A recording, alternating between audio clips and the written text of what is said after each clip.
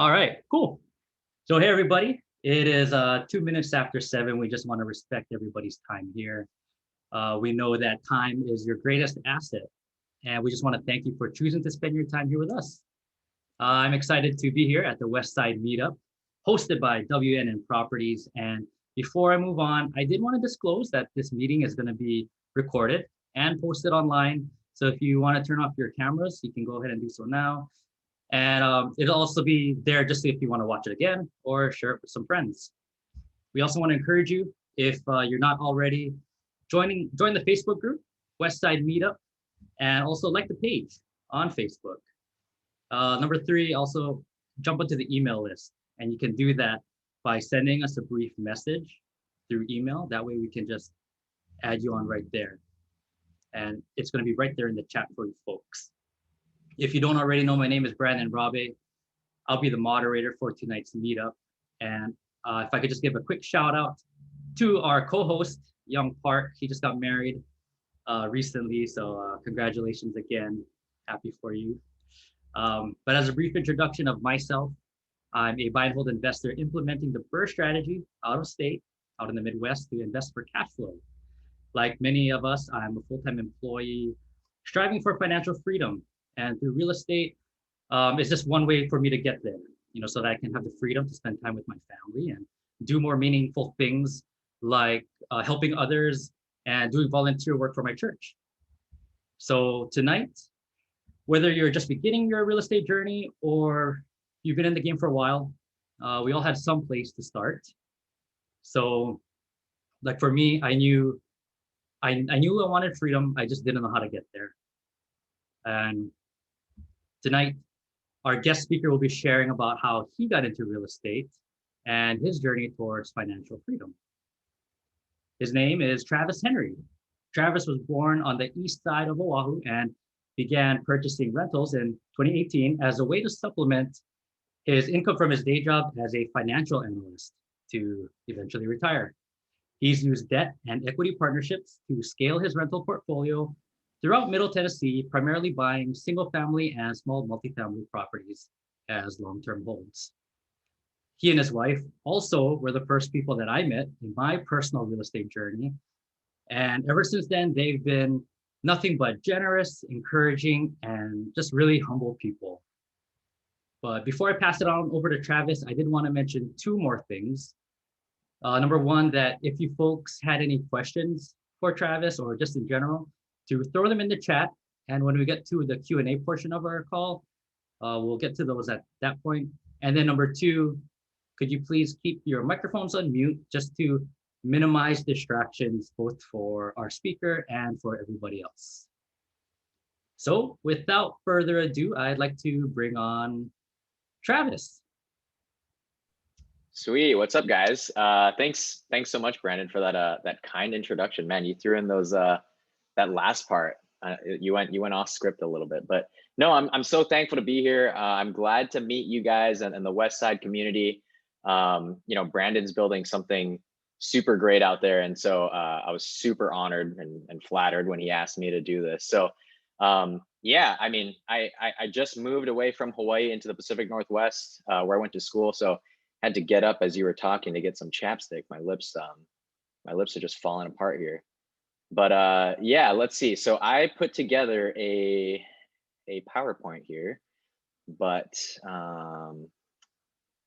let's see. Let me get it up here. All right, here we go. So yeah, let's talk about out-of-state investing. More importantly, getting started in real estate. Maybe you have 0 deals, maybe you have 1 or 2. Maybe you have a lot of deals, but hopefully today I'm gonna bring a different perspective, maybe make you think about things a little bit differently, and hopefully provide some value. So here's my contact information. Don't worry about taking it down. You don't know if you like me yet, so don't waste your ink. But it'll be at the end of the slideshow as well. So if you do end up liking what I have to say, then take it down and let's connect. And yeah, we'll just take it from there. So who the heck is this guy? Brandon kind of talked about where I came from, but essentially, I'm just a local kid who, like a lot of local kids, wanted to get away for college. And so I did just that. I went to the Pacific Northwest here in Seattle for school. And then right out of college, I moved into a large regional bank in Seattle, working in risk management and credit analytics. So that was what I did as my day job. And believe it or not, that doesn't really help what I'm doing right now in real estate. Um, but fast forward a couple of years, and we were back in Hawaii, my wife and I. And the moment we decided to invest in real estate was super vivid. It was like it's like burned into my mind because we were always these fiscally responsible people. We always had a budget. And I remember we were eating dinner one night, and I had just finished a podcast or a book or something. And I was super fired up, and I told her, "Hey, look, let's start saving a little bit more. Let's start investing and really get to this early retirement thing."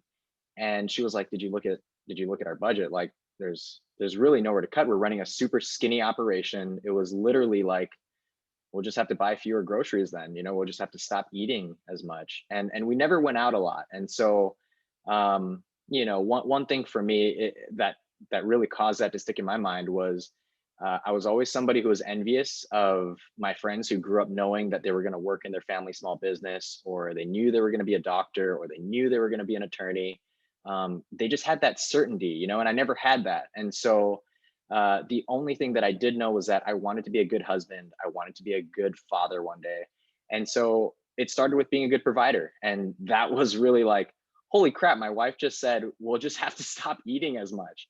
And so I started looking at our personal cash flow and figuring out, okay, if we can't cut the expense side, I've got to figure out how to make it work on the income side. I'm not cut out to drive Uber. I wasn't going to trade more time to go and work at a restaurant in the evenings. Although if you do that, I respect the hustle, totally do. But that just wasn't me. And so that was what really started that snowball, really got me interested in real estate as a way to build long-term wealth for my family. Tonight, I'm hoping that we can spend most of our time in Q&A. I don't want to be talking about myself too much. So I'm going to try to crank through this, and hopefully you guys have some questions where I can provide a lot of value. It doesn't have to be a specific question that you come up with. Maybe it's just, hey, can you expand a little bit on this? Can you talk about this particular part of your presentation? That's fine too. But yeah, this is all for you guys tonight. So these are some of the properties that I own out in the Midwest. It's in Clarksville, Tennessee.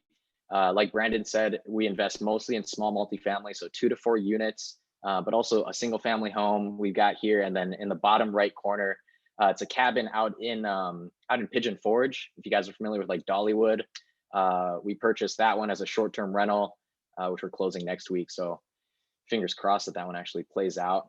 But yeah, we'll see. So the first one was actually that duplex in the bottom center of your screen with some snow on the roof. It was just $100,000 duplex, and I got started with a $50,000 loan from my grandparents. It was a 2-year note at 8%, and I just repaid that last year. So that was kind of the way where I was able to leverage that first deal into showing other investors like, hey, look, here's a proof of concept. And then after that debt partnership, was able to bring on some equity partners to fund the deals fully. And then I just took a slice of that equity. So, I'm not a burr investor like Brandon and Young. Those guys are super smart. I'm not as smart. So basically I get my infinite return by just having other people fund the deals. And then I'm just making sure that I'm operating it appropriately. So let's see.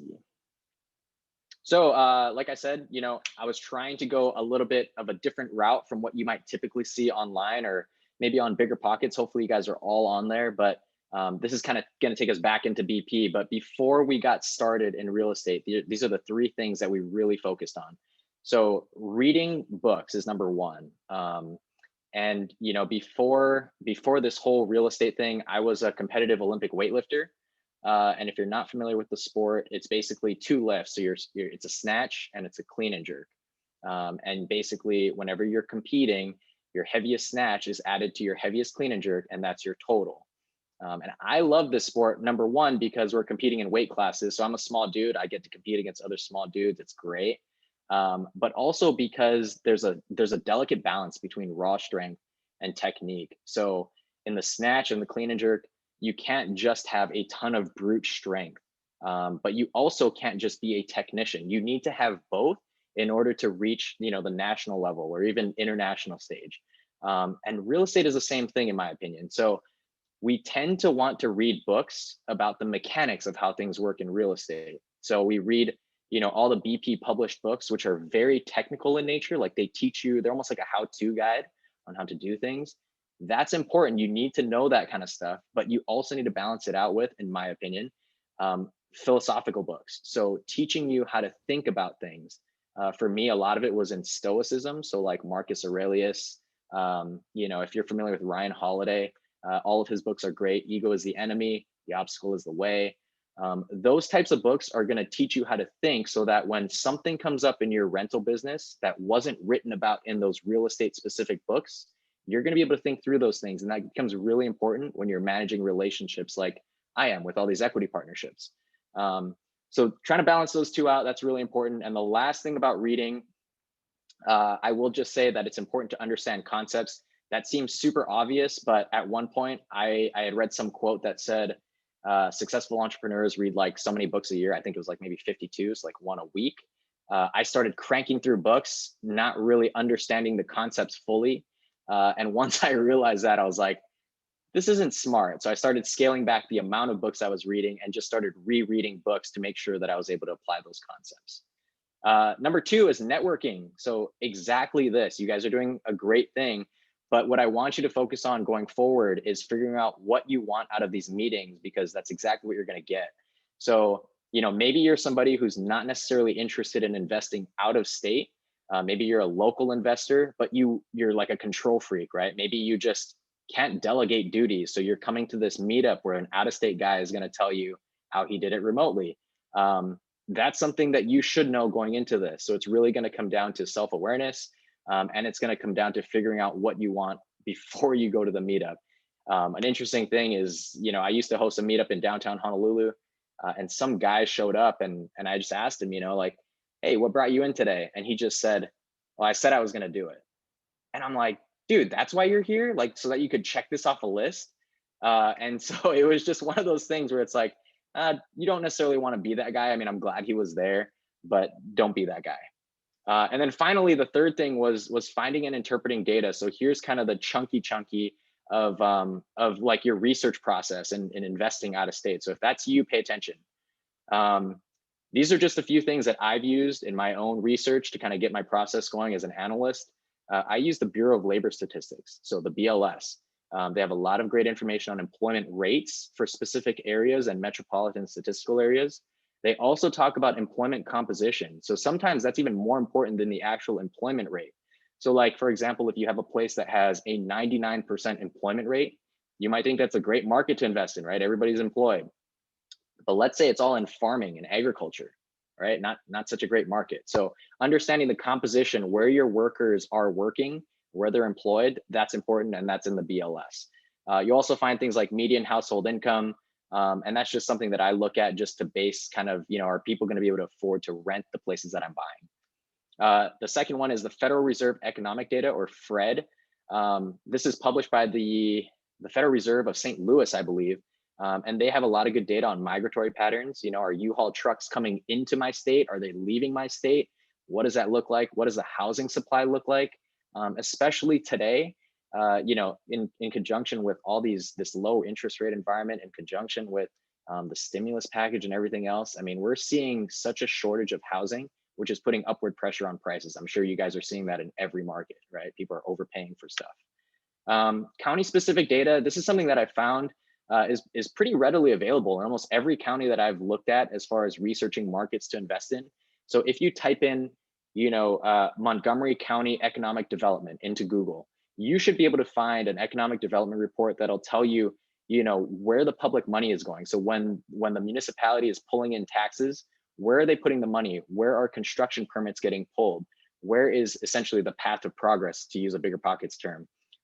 That's going to be important for you to know as you buy in different parts of town, figuring out how to narrow your scope of data that you want to look at. And let's see, Black Knight. So Black Knight, Black KINGHT, as in like a knight in shining armor. If you're not on this video, if you're just listening in, this is one that I just recently found. It's recommended by Ken McElroy, who's a big commercial real estate guy. This has a good summation of a lot of the things that are going on. So the other 3 bullet points ahead are just raw data, but blackknight.com is really going to interpret that data for you. So they have really smart analysts kind of breaking down what's happening and putting it into narrative form. So you can kind of understand, how are these mortgage delinquencies going to affect the supply of housing in the coming months? Those types of things. So all of them are great resources. They're just for different things or used for different purposes. But this is where I go for my stuff as an analyst. I just kind of like digging into data like this. So yeah, if you want to nerd out, all of these are great resources. Whew, that was a long slide. So I don't remember who said this. You have a different advantage at every age. It wasn't Michael Scott. It wasn't Wayne Gretzky. But it made me think a lot about the types of advantages that I had. And coming out of college, I mean, I'm an Asian guy, as you can see. I was 22, but I looked like I was 14. And so I had this complex where I was like, oh my gosh, like people are always judging me. I would go into expensive stores and the associate wouldn't greet me. He would greet the older couple behind me. And I'm like, man, this guy thinks I don't have money, and I don't have money. He was right. But it was just this fear of like being judged. And I was like, man, I'm at such a disadvantage being this young dude. No one takes me seriously. But there is always an advantage, no matter what your age is. And it's just a matter of figuring out what that is and then leveraging it to get what you want.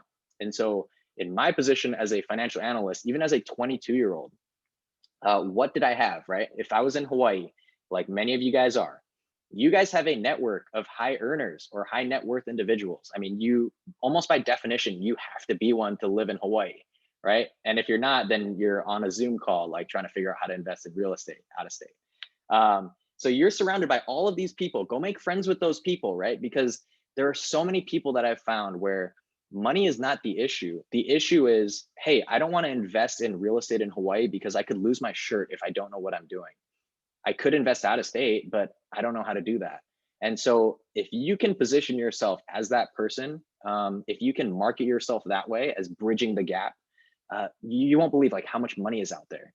And so that's an advantage that we have being in Hawaii, is that we've got all these rich people around us. Number two is I had a job with an open door policy. So basically I could come and go whenever I wanted, which was great because I could just call people up and just say, hey, can you get together for coffee, or you want to go for a walk?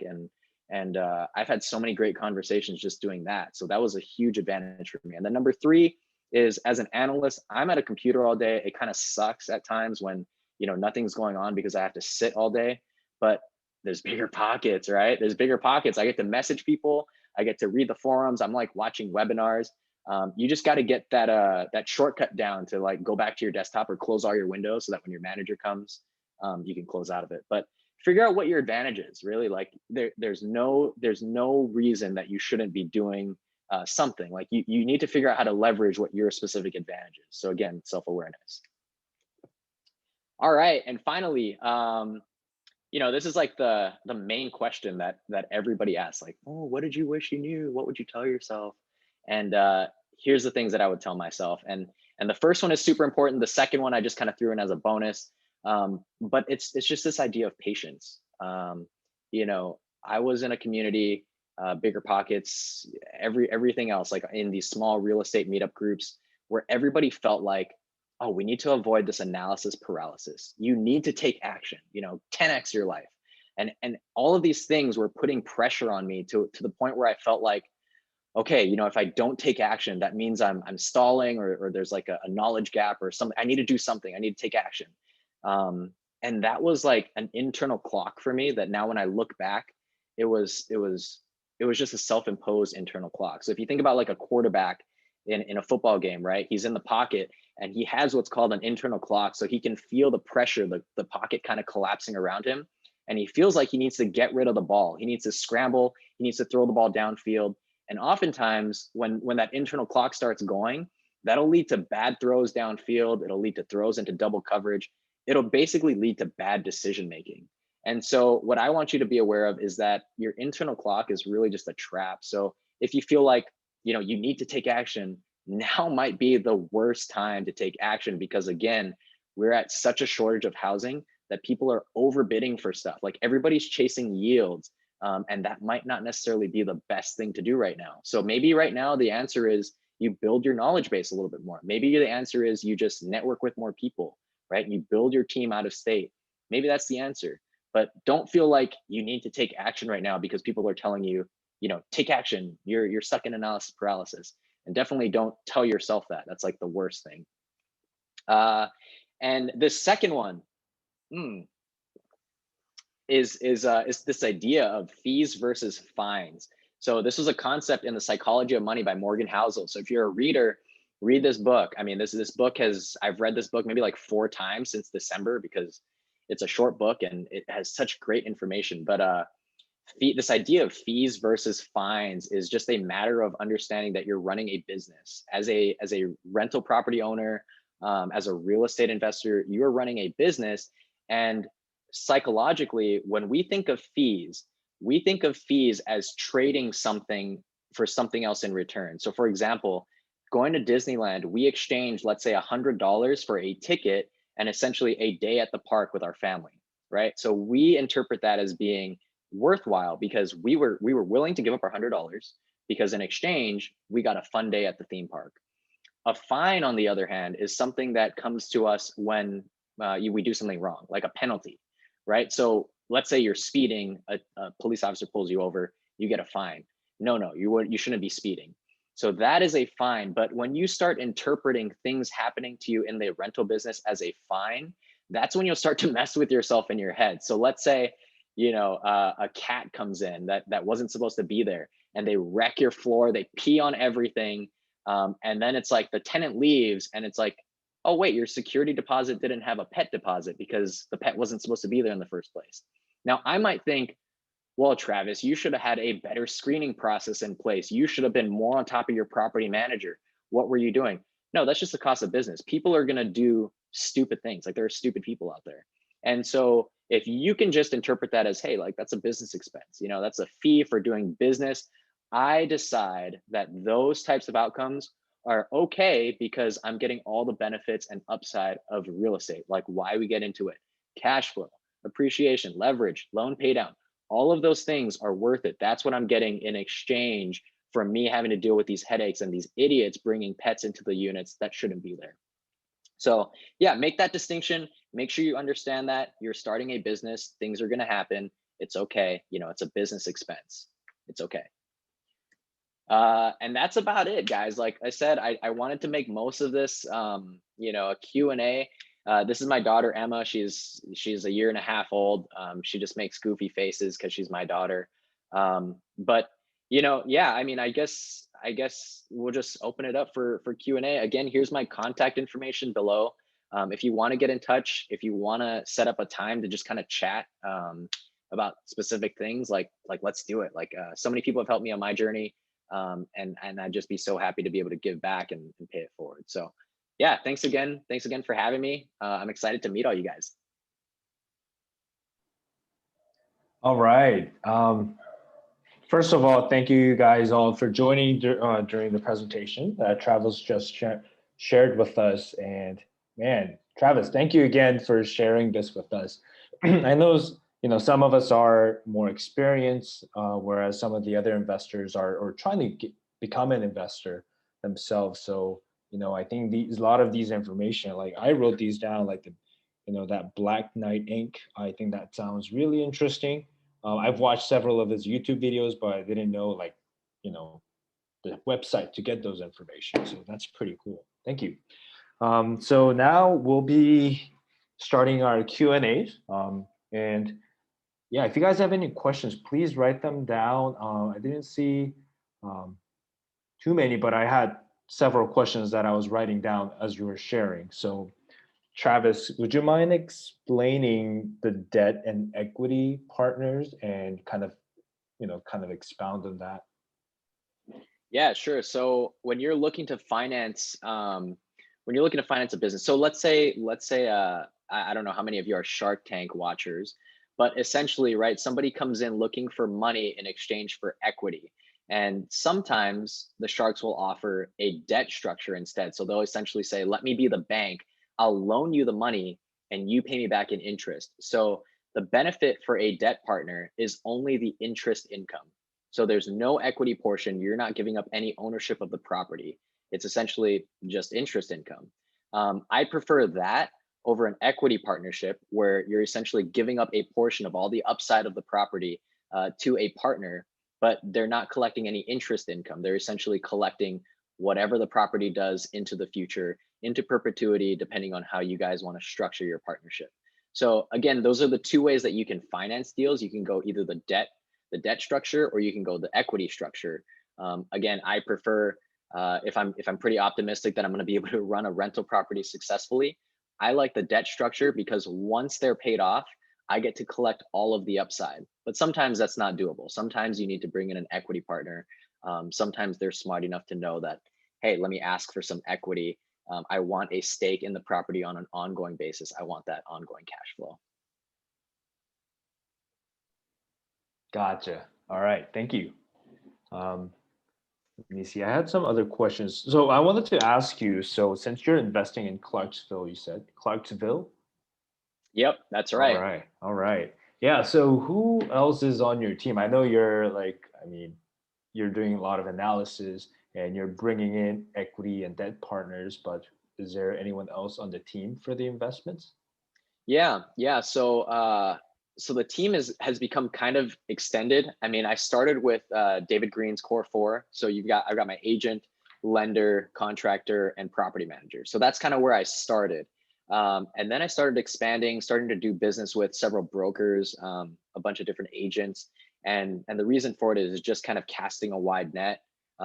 Deal finding has become really hard. So essentially, I've gotten a lot of my deals from pocket listings from other brokers. So if you're not familiar with a pocket listing, it's essentially an investor, like an investor client of a broker who just says to his broker, hey, look, I might consider selling this property someday. And the broker now knows that, hey, look, I've got this listing potentially in his pocket that he can go out then and shop that deal. And so it's an off-market transaction that is only doable because you have that relationship with the broker. And so I've added more and more of those people.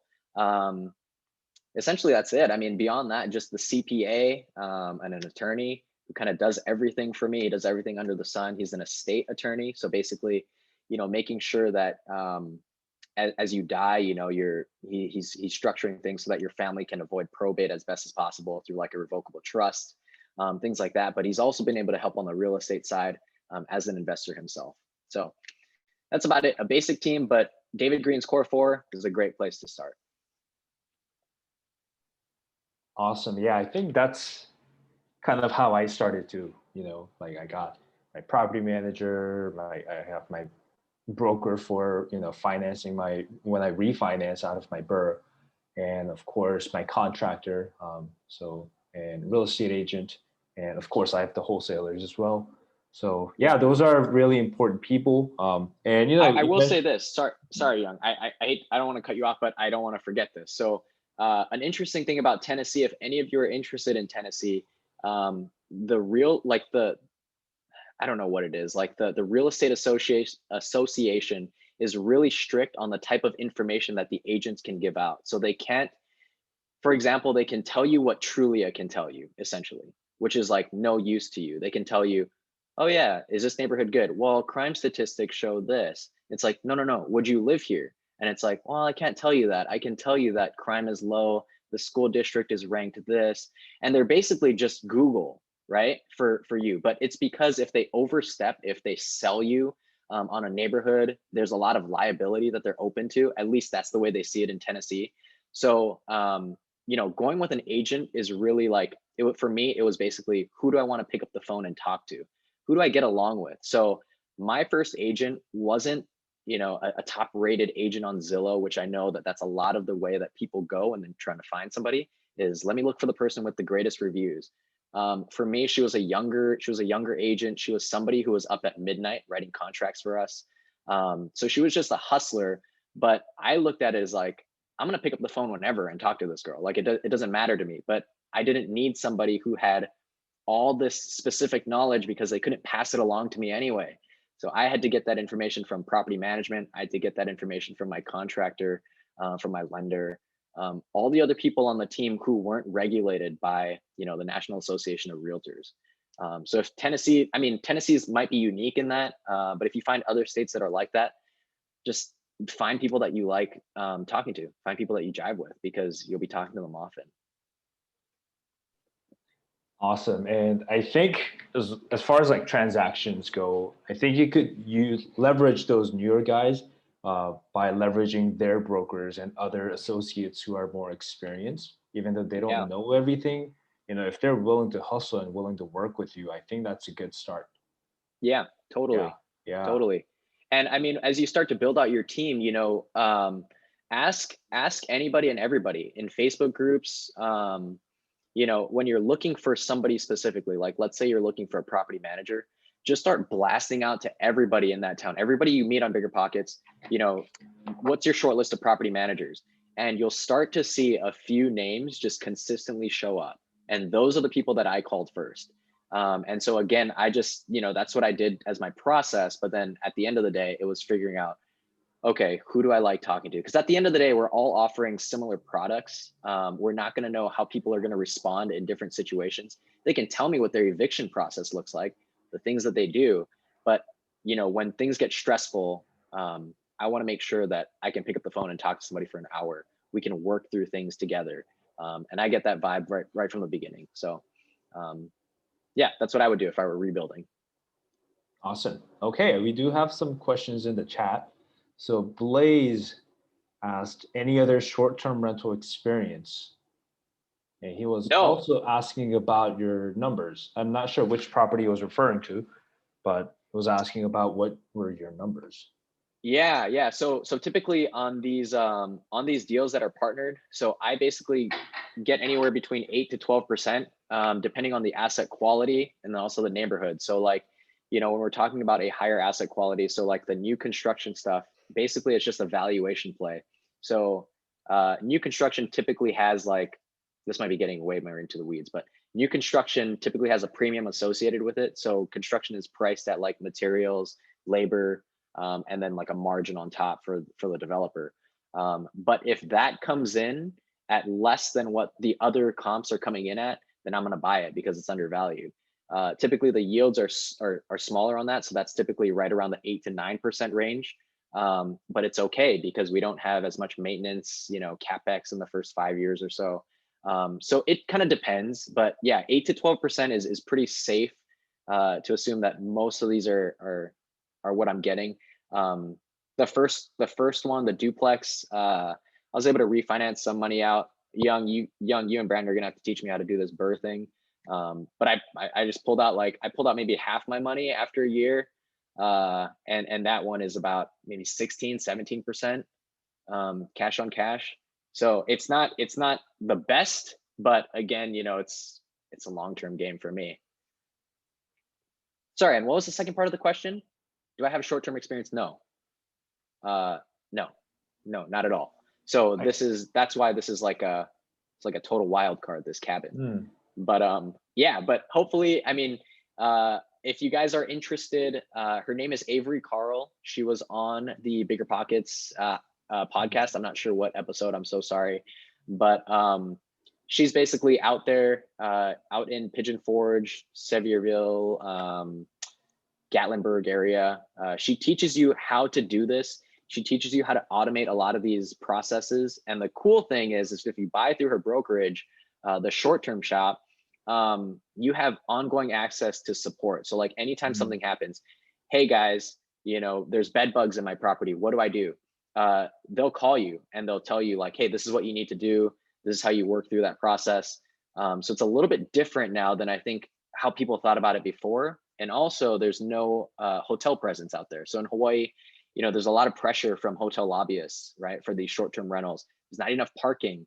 There's so much legislation that is anti-short-term rental. But, you know, in the Smoky Mountains, it's all cabins out there. There's not much hotel presence.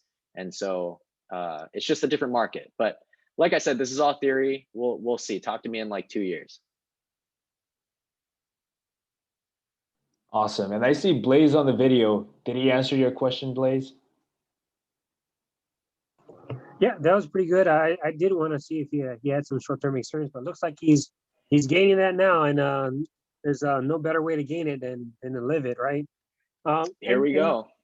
Yeah, and are you going through those short terms through that person, or is that through another program, or No, and is that strictly in Tennessee? yep. So the short-term shop operates it's in Tennessee. It's in the Smoky Mountains, like the Smoky Mountain National Park. But she also has offices, I think, somewhere in Alabama, some vacation market in Alabama, and then another one in Destin, Florida. So a lot of people are flocking to Destin, Florida, but even those are getting overpriced now because people have realized like, hey, I can't get those same yields on long-term rentals that I could before. Let me shift to these short-term rentals. And because of all the automation, because of all the channel managers that are out there now, you can be super hands off with the short-term rental stuff once you have the infrastructure in place. And so we've seen like even since we've gone under contract, like prices have just exploded and people are paying crazy amounts for like a 3-bedroom cabin. It's crazy. All right, thank you for answering that question. We do have some other questions. So Matthew has a question about scaling up and he would like to ask. Yeah. What's up, Thanks again, Matt? Young and Travis. I really appreciate you sharing all your knowledge with us. I mean, I've really enjoyed this, and it's great to hear your story. Yeah, man. My question pertains mostly to like kind of that phase one that you were in, like when you started out with like the $50,000 loan that you got, and basically like my question for you is like, once you get your foot in the door, you have a property. How do you prevent yourself when you're scaling up from like soaking a lot of money into these properties and then not being able to pull it back out? Commonly with like the BRRRR strategy, like that refinance will hopefully get you, if not 100%, most of your down payment or whatever else went into the property back to you from that short-term loan. When you went to like property 2, 3, and 4, you mentioned that you were working with, I think, some private lenders. If you could just expand on that and just kind of those like initial steps from that stage one to like where you went from there, that would be great to hear. Yeah, definitely. So okay, so the BRRRR strategy. I read through David Green's book. I spent so much time trying to learn delayed financing and figuring out how that whole process works. And then it took me back to that slide where I was talking about our unique advantages. And in Hawaii, again, you're around these high net worth, high income individuals. So it's basically like, let me position myself as the guy who can say, this is what I'm doing in the Midwest. These are the returns I'm getting. If I can replicate that, are you interested? And then it became a conversation of, okay, well, what's that going to look like, right? They always want to know, like, what is the partnership going to look like? So if you are up for managing a relationship like that, you can tell somebody, you're going to fund the entire thing. I'm going to quarterback the whole thing. I'm going to find the deal. I'm going to close on it. I'm going to put people in it, and I'm going to handle everything from the termites to the cat pee on the floor, right? You don't have to do anything. And essentially, when I do that, I'm creating an infinite return for myself without stripping equity, and I get to buy the asset quality that I want. So, for example, the houses that I was looking at BRRRRing in Clarksville, there were going to be these like $60,000, homes next to the housing authority where people were constantly throwing rocks through windows. Like that was what I could afford. And the other side of that was like, hey, well, look, I don't have to use any of my money if I can put in the time and I can study this stuff to figure out, okay, where do I want to buy? And what is a creative way to find a deal that other people aren't going to be able to do, right? Because that's the key here, is figuring out how you can find a scarce asset, like a quality property. How can you pitch it to somebody who's selling it? Like, let's say a broker is trying to haggle with you and trying to tell you, no, this asset is whatever it is. And it's like, you guys are crazy. Again, to take it back to Shark Tank, it's like, are you crazy asking for that kind of valuation? Right. And it just becomes a matter of like, how do you play the game, and what is your goal? So it sounds like for you, it's getting that infinite return, not leaving money tied up in the deal. But what if you don't have to put up money to begin with? Right. And that was just the way that I looked at it. I don't necessarily think that I'm going to do it forever, because there is a relationship management component, right? Like Brandon Young, when they pull their money out, they don't have to deal with anybody else. Like it's all for them, right? So that it's just a different way to look at it. And for me, that was the way that I saw myself getting started. And that's what I've continued to do. Thank you. Yeah, that answers my question. I appreciate it. Awesome. Yeah. All right. So I have. I have a question real quick about that. Like when you're talking about who, like someone is funding the deal, they're funding the whole deal, and how are they getting their return? Like, in what form are they getting paid or their return from their whole investment? Right. That's an awesome question. So we do monthly distributions. So every time we get a distribution check from, not a check, it's a direct deposit from our property manager. I'm essentially doing a holdback. So I'm calculating what I want to hold back for reserves. If there are utility bills, I do a holdback for that, and then I distribute the remaining funds, and then I provide that to the investor. So I would show them, hey, look, this is what came in the door. This is what the holdback is for whatever purpose it is, and then this is the distribution based on our percentages that we agreed to. So all of ours are, well, I shouldn't say all of ours, most of the properties are in an LLC. So it's spelled out in the operating agreement how the distributions occur, in what percentages they occur, and then what happens when we decide to sell, when we decide to exit, or if we decide to do a refinance, what happens. So in our case, if we decide to refinance or exit, my investor gets back all of their initial basis. So whatever they put into the deal, they get that back first. And then if there are any remaining net sales proceeds, we split that according to the equity structure. So yeah, every month they get a distribution, and then they get a statement that says, this is why it is what it is.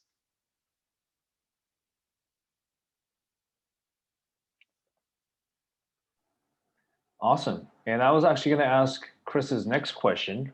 He asked, why or how did you start where you are?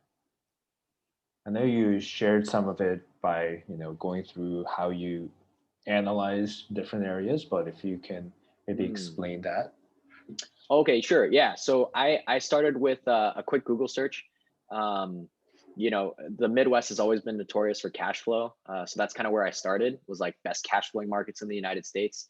And I realized that a lot of the results that were showing up were these primary markets. So larger markets where essentially all the juice had been squeezed already. So for example, in Tennessee, Nashville might have showed up on a list. But if you look at Nashville real estate prices to like what you could rent something for, it's out of control. Like it's way too overpriced. And so I started seeing that more and more, like these primary markets keep showing up as like great cash flowing markets. And so I started to think like, I need to look into these tertiary or secondary markets that would feed off of these primary markets. So let's say Nashville does grow. Amazon moves into Nashville. Okay, so that's going to displace a lot of people because you're going to have people moving in from Amazon with higher incomes. So where are these other people going to get pushed out to? So they can only go, a few different ways. I mean, there's of course, I mean, it's like a radius, right? But it's like there's only a road going north, there's one going east and west, and then a few going south. So it's like they're gonna go one of these ways. South is Brentwood, where all the country musicians live. Like there's no way these people are gonna be able to afford there. So they're either gonna go east, west, or north. And so it's like, once I identified a market in Clarksville where, Clarksville stands on its own. Let me just say that. Like Clarksville has a few things going for it. But once you start to see Nashville expand out, we're seeing more and more people get flushed out north, and it's only a 45-minute drive from Clarksville downtown into Nashville. So it's like, people are moving in there, and that's kind of like what I did, was just secondary, tertiary markets, put an emphasis on that, and then just really hone in on the data there from, BLS, from Fred, and those websites. And did you see a lot of growth in the past few years? Oh my gosh, yeah. It's insane. So just to give you some context, so the most expensive fourplex that we've purchased is going to be ones that we're finishing up next month in April, or it's not March yet. We're finishing up some fourplexes in April, 3 of them. So there's 12 units being completed, and each one was priced at $425 a unit. So each fourplex is $425. There's new construction projects going on right now. Same floor plan, same layout. It's in a different part of town. It's not necessarily in a better part of town, but they're listed for $735. So prices have just blown up, and we've gone under contract for these new construction duplex or fourplexes, I think maybe like November, December timeframe. So between then and now, yesterday when I read, about these new projects going on, it was like people are lining up to pay for these fourplexes at $735. and they're going to rent for $1,000 a unit, so it's like you're not getting your yield. But I don't know, like I don't know if it's an inflation hedge for some people. I'm just not sure. But yeah, prices have just continued to explode, and I think it's going to stop pretty soon. Wow, I'm sure that was exciting to see that. It was exciting, but also scary, right? It's like, Yeah. hold on to your hats, guys. This is Yeah. not going to be fun.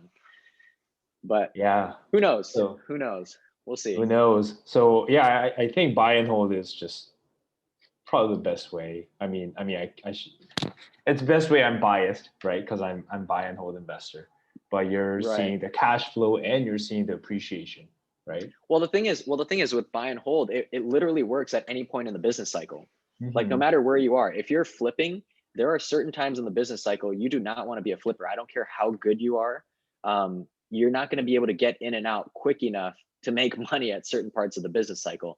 If you stretch out your time horizon, you essentially squeeze out all of that risk. And that's honestly, that's the way to do it, is if you can go to something that is essentially risk-free, do that. And a buy and hold strategy is a great way to do that.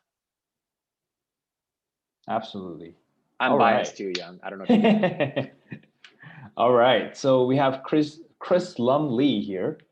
He has two parts. So first question is, what are your real estate goals in terms of how many units you're hoping to have? And when do you think you'll know you're ready to retire off of the income? Yeah, Chris, I feel like I met you before. Chris Lumley.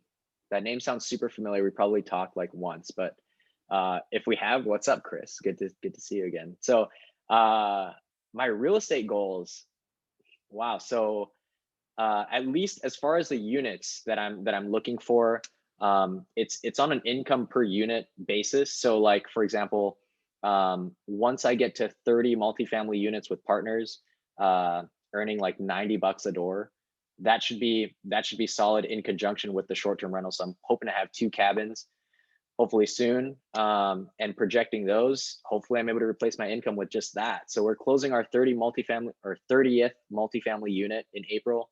So we'll see. It's just a matter of getting that second cabin and really learning how to operate that business. And yeah, we'll see. But yeah, I mean, in terms of other goals, I mean, there's other things like saving for my daughter's education.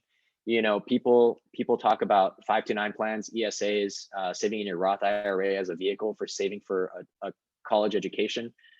For us, we just bought a house. We bought a house for her, and it'll be paid off, kind of like Brandon Turner. It's going to be paid off by the time she's 16. And then at that point, we'll just do a cash out refi. And if it doesn't go up in value, she'll still have, I don't know, maybe 250,000 to go to college. I don't know what college is going to look like. It might be 100 grand a year at that point. But yeah, community college.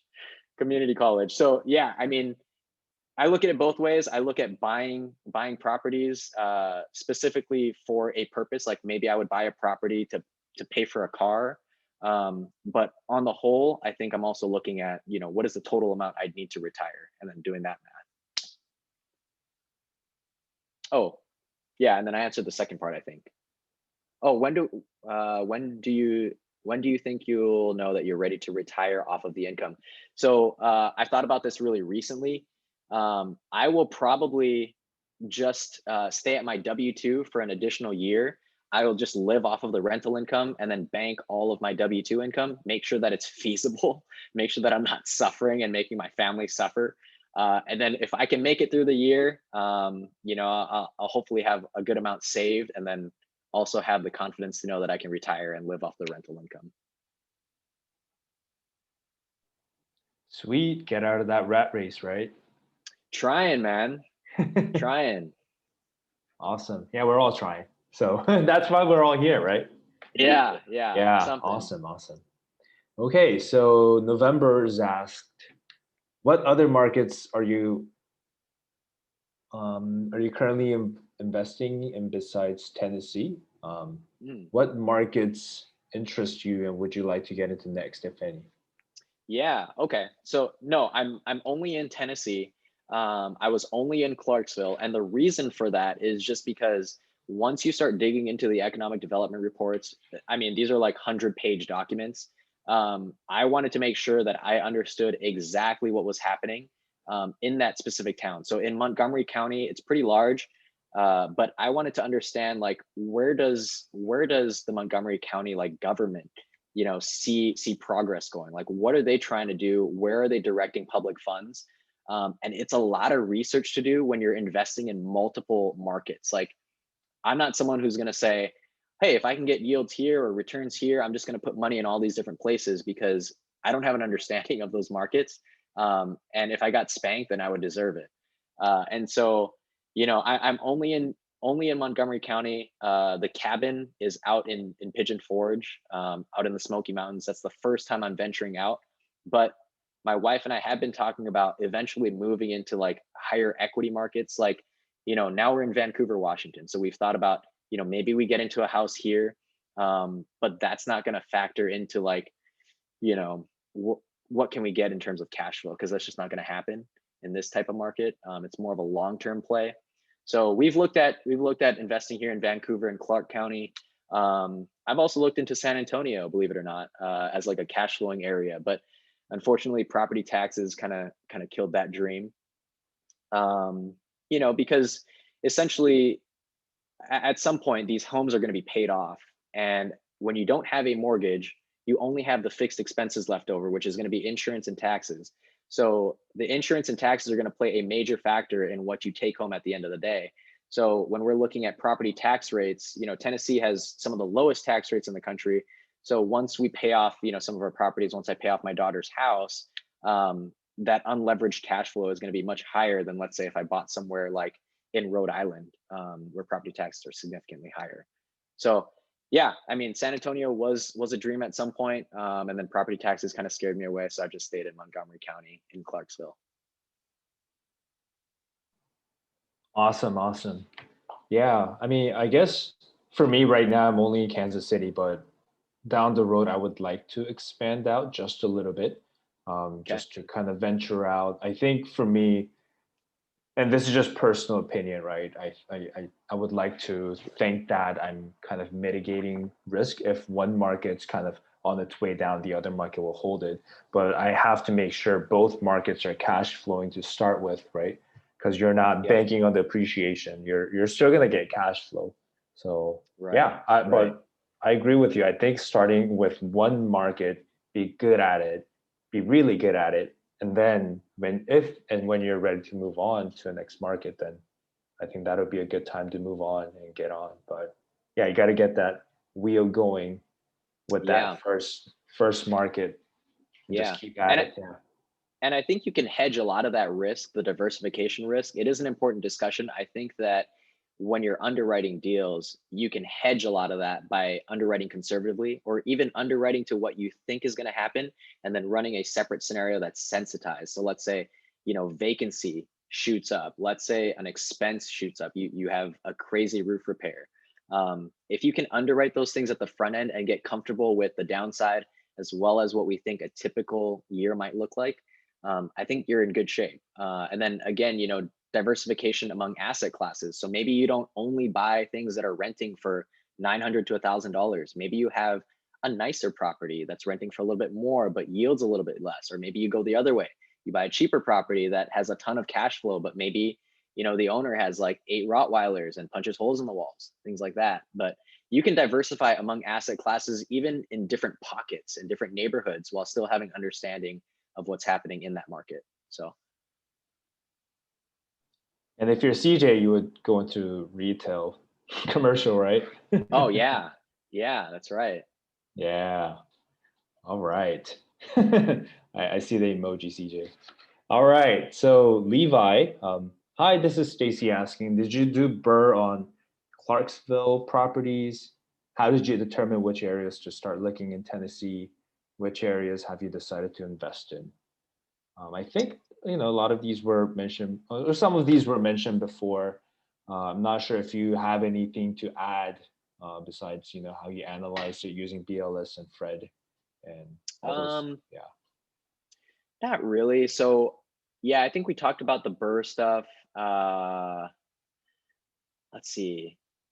So, I mean, maybe I'll expand on Clarksville a little bit. So, you know, I see Clarksville as a self-sustaining community. So again, it's not enough to say, well, if Nashville grows, Clarksville is going to benefit. Clarksville needs to be able to stand on its own.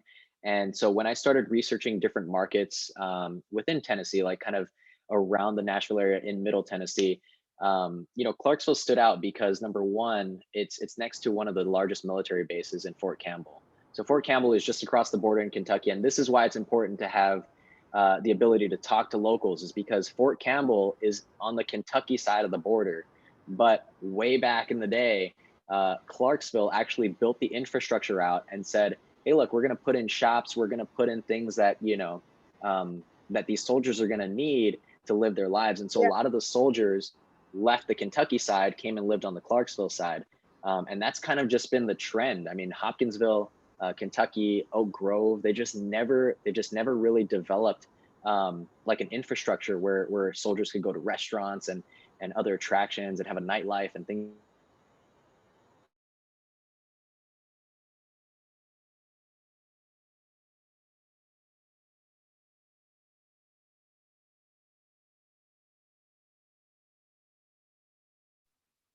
Okay, I think we're back. Okay, yeah, yeah. So I mean, the military base was a huge draw. You know, you've got a state university in Clarksville. There's a large regional hospital there. Google Fiber is there. So there's a lot of things going on in Clarksville itself that, you know, it's still a secondary market that relies a lot on this movement and this flow of people. A lot of base guys coming through, people coming up from Nashville, people going down from Clarksville to Nashville. So it's really fluid. But yeah, I mean, any market that you're looking into, it was just a matter of making sure that if one industry went down, like let's say the base shut down, you know, could the market still sustain itself? And I think with, you know, LG Electronics in the area, Google Fiber, the university, the hospital, I think those things would still be able to support it. And likewise, if any of those things disappeared, I think the base would still bring a steady flow of guys through the area.